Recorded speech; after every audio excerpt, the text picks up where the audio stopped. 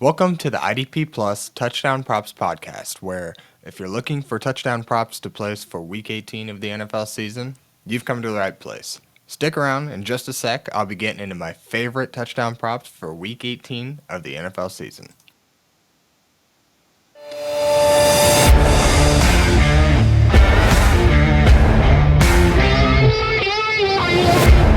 Welcome back to another week of the IDP Plus Touchdown Props Podcast, where each week I've more or less just been giving you guys a plethora, a buffet style kind of script, I guess you could say, for the week of just a list of guys who I particularly like to score on any given week, whether it be due to streaks allowed.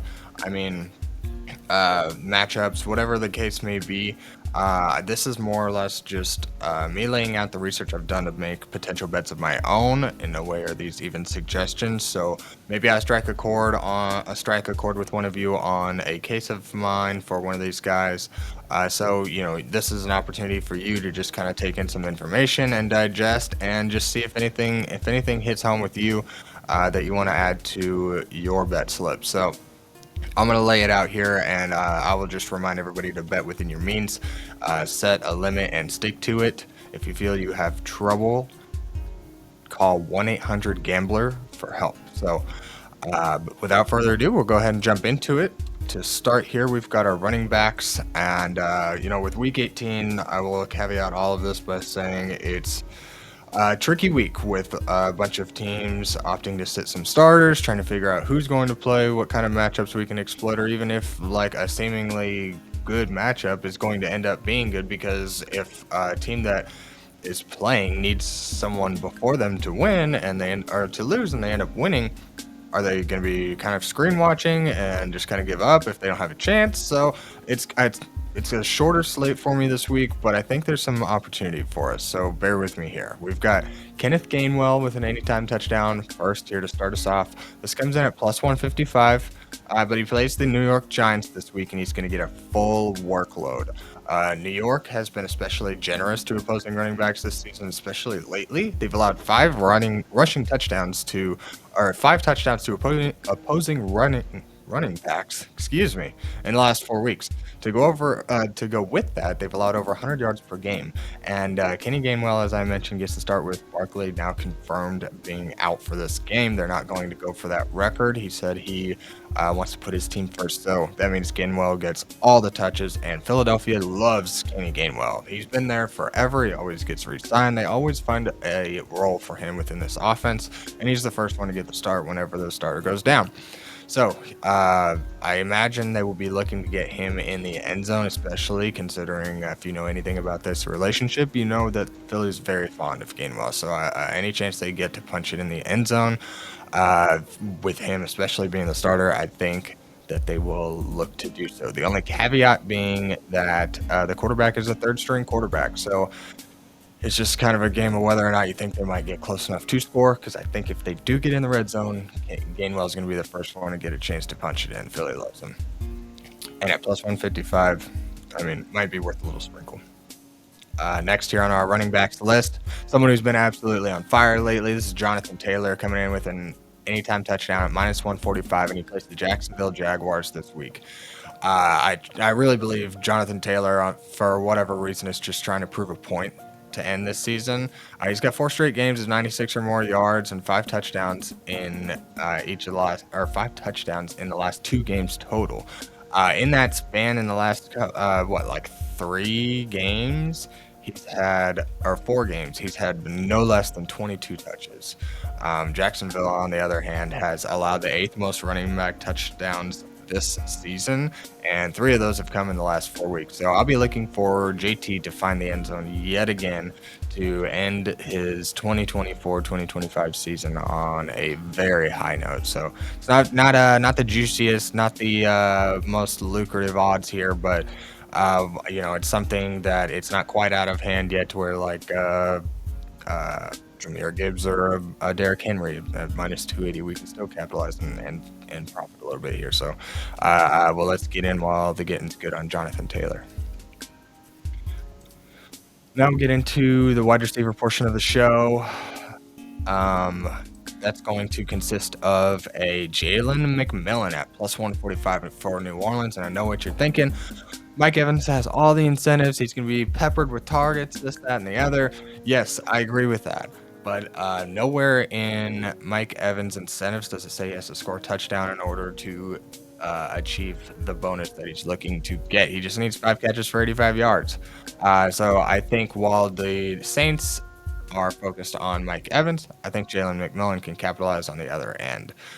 So much so that I think that the New Orleans Saints are going to be gunning for Mike Evans, which just leaves McMillan to the wayside. So we're going to look to capitalize on this in an alternative way. The Saints have allowed 3 wide receiver touchdowns in the last 3 weeks. But stats haven't really mattered for the Bucs because Baker has thrown for 2 or more touchdowns in each of his last 5 games.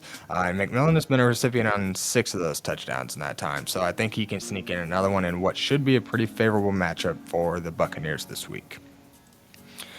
Next, we'll roll into Courtland Sutton's anytime touchdown coming in at plus 110 versus the Kansas City Chiefs. Needless to say, Denver needs to win this game in case he's locked into their spot in the playoffs, so they will be sitting some key players on defense. Denver gets a prime matchup in this one. Courtland Sutton and the Broncos will be looking to ball out, especially against the Kansas City second string players. There's going to be some starters in there, but like I said, key players are going to be resting in this one, so there won't be so much pressure on the quarterback. Wide receivers will have a little more flexibility out in the open field, so I think Sutton will be able to kind of have his way with this one. And he's got 4 touchdowns in the last 5 games. He will get tons of usage, and if they want to win and seal a playoff berth, I think they'll be looking for him in the end zone. Oh, I added one here briefly, so I don't have a banner for it, but we've got Jameson Williams coming in at plus 120 for an anytime touchdown against the Minnesota Vikings. Jameson Williams has been on fire. This is the game of the week, so let's try to get a piece of this cake. Minnesota secondary can't really stop much of anything, but they also get a lot of turnovers, so that's why this team's been pretty effective on defense. But namely, they've allowed 787 yards and 4 touchdowns to opposing wide receivers in just the last 4 weeks. So we're looking at almost 200 yards a game just to wide receivers and a touchdown a game. Jameson Williams has now scored in 4 straight on the other side. And again, everyone eats here in Detroit. Goff is much like Baker Mayfield, where he's throwing for 2 or more touchdowns a game, and oftentimes those are going to Jameson Williams, who's scored a touchdown in each of the last 4 weeks to go along with this pretty good matchup. And very high, I think the over-under was like 52 is the highest of the week, maybe even 57. It was ridiculous. So I expect a lot of scoring in this one. Jameson Williams ought to be involved. Amon-Ra is going to be the focal point in the open field, but I think Jameson Williams will have a good chance to break off a big play and maybe even find the end zone in this one. So I like him this week, especially at some plus juice. So let's get in on that action. Now, before we get into the last couple of plays we have here, I'm going to talk a little bit about our partnership with Expedia. If you're planning your next road trip or catching the next big game, whether you need a flight, a hotel, or rental car, Expedia has you covered. Save big and travel like a pro by booking through idpplus.com/Expedia. Secure the best travel deals and make the most of your football road trips. Now we get into the next part of our show and wrap things up here. We've got Pat Freiermuth in the tight end portion of the show coming in at plus 310 for an anytime touchdown against the Cincinnati Bengals. Needless to say, this is a massive game for both parties to play for more in the postseason. I just hope Pittsburgh doesn't give up when Baltimore blows out Cleveland earlier in the day. So that said, Cincinnati can't play defense whatsoever. They've allowed the 3rd most yards to wide receivers this season with 1,029 and the 2nd most touchdowns with 9. So the Bengals will be honed in on Pickens and what has historically been a loudmouth on him. So I've seen him in the media, all kinds of interviews, and people are not exactly happy. I imagine they will be trying to make a point on George Pickens in some fashion. Now, that's not to say that he won't just run loose anyways, because he has a way of doing that. But I think that's an opportunity for Pat Freiermuth to sneak into the end zone and get back in the touchdown column after a short streak, which followed a hot streak of 3 touchdowns in a row. So I think Pat Freiermuth ought to be heavily utilized in this one, and the Steelers are going to need to win. So Granted that they don't just give up, I think Pat Freiermuth has a good opportunity to find the end zone against a reeling Cincinnati defense. Now let's wrap up the show with our main plays here. We've got Carson Wentz coming in at plus 475 against Denver. Yes, second string quarterback, but hear me out. I know a lot of people are kind of in on this week, and it's a fun play. I thought I would throw it in here as well.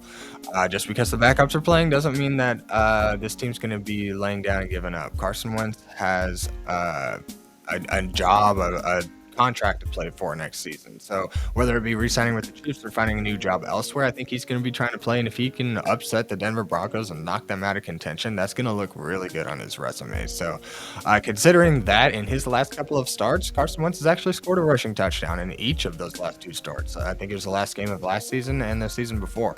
In that time, he's also ran the ball 20 times. So 10 rushes a game. If he's got a nose for the end zone, we like Carson Wentz to do the same in a very good Kansas City Chiefs offense. So I think that he's going to be trying to win here. If he can at least even keep it respectably well within that 10-point spread, I think he makes a statement as a backup quarterback, and potentially with some of the quarterback play we've seen, maybe even a starter next year. So Carson Wentz has done it before. I think he can do it again this week. That's going to wrap up the main portion of the show I did want to throw out a couple of honorable mentions, guys. I was kind of looking into but couldn't quite get myself to hop onto for the show. I like Rashad Bateman. The idea of Rashad Bateman here getting a touchdown in a must-win matchup for the Ravens, but this isn't going to be, my only thing was this isn't going to be a game where the Ravens really have to just go all out. But Bateman's always had some great odds. He's been hot. I think he's leading the wide receiver room in touchdowns. He got to, because he seems like every week or every other week I'm seeing a Bateman touchdown pop up on my phone. So I think this ought to be a good game for him to break off a 30-yard run, or a 30-yard catch for a touchdown, help this team get out in front, and just kind of cruise through the final week of the season. Also like Jalen Naylor for at plus 220 for an anytime touchdown. Detroit is terrible at guarding the slot. Jalen Naylor is a slot receiver for Minnesota. Only caveat being Hawkinson's kind of revenge narrative. That's another play you could go after, another angle you could look at in this game. Where Hawkinson could be heavily utilized. That's been kind of a trend this year, where teams playing their former teammates or former teams are getting a lot of usage, and so it's up to you whether you think that's going to be a touchdown. It's often been JJ and Addison on that front. So, but I think Naylor's got some opportunity here in what figures to be a very favorable matchup for the slot position. So. Then again, I want to throw in DeAndre Hopkins at plus 340, just because he's got a touchdown incentive worth $500,000. It wouldn't surprise me if he's out there on the first drive, they throw him a touchdown, and he's out the rest of the game, kind of thing. So I just wanted to kind of throw that incentive out there. I know there's a lot of incentives going around now, so just kind of be careful with your bets. Vegas is not dumb. They are well aware of it all, and on the ones that they think they can squeeze a little extra money out of you, they will. So just kind of be careful with those very popular contract incentives. If anything, I would maybe alter some of them, my favorite ones, kind of bring those numbers down, just to kind of play it safe, because I think you're going to have plenty of options to choose from. So again, I just want to tell everybody to be careful. Thank you, everybody, for tuning in. It's been a pleasure to put these out every week this season, and I will be looking to do a little bit more in the playoffs. Might be a little bit shorter videos, but keep an eye out for that. So go ahead and like, subscribe, comment. Let me know if anything strikes a chord. If you've got any plays that you're looking at that you like especially, let me know. Let's chat about it. Let me know if one of these legs ends up winning big, being part of a parlay or something, or winning big for any one of you guys. I love to hear that stuff. So like I say, follow me on Twitter, AxmanIDP. We'll see you in the postseason. Good luck out there. Thanks again, everybody, and good luck this week. Thank you for watching the IDP Plus YouTube network. If you enjoyed this video, give it a thumbs up and don't forget to subscribe to our channel. Be sure to tap the bell icon to get notified whenever we upload new content.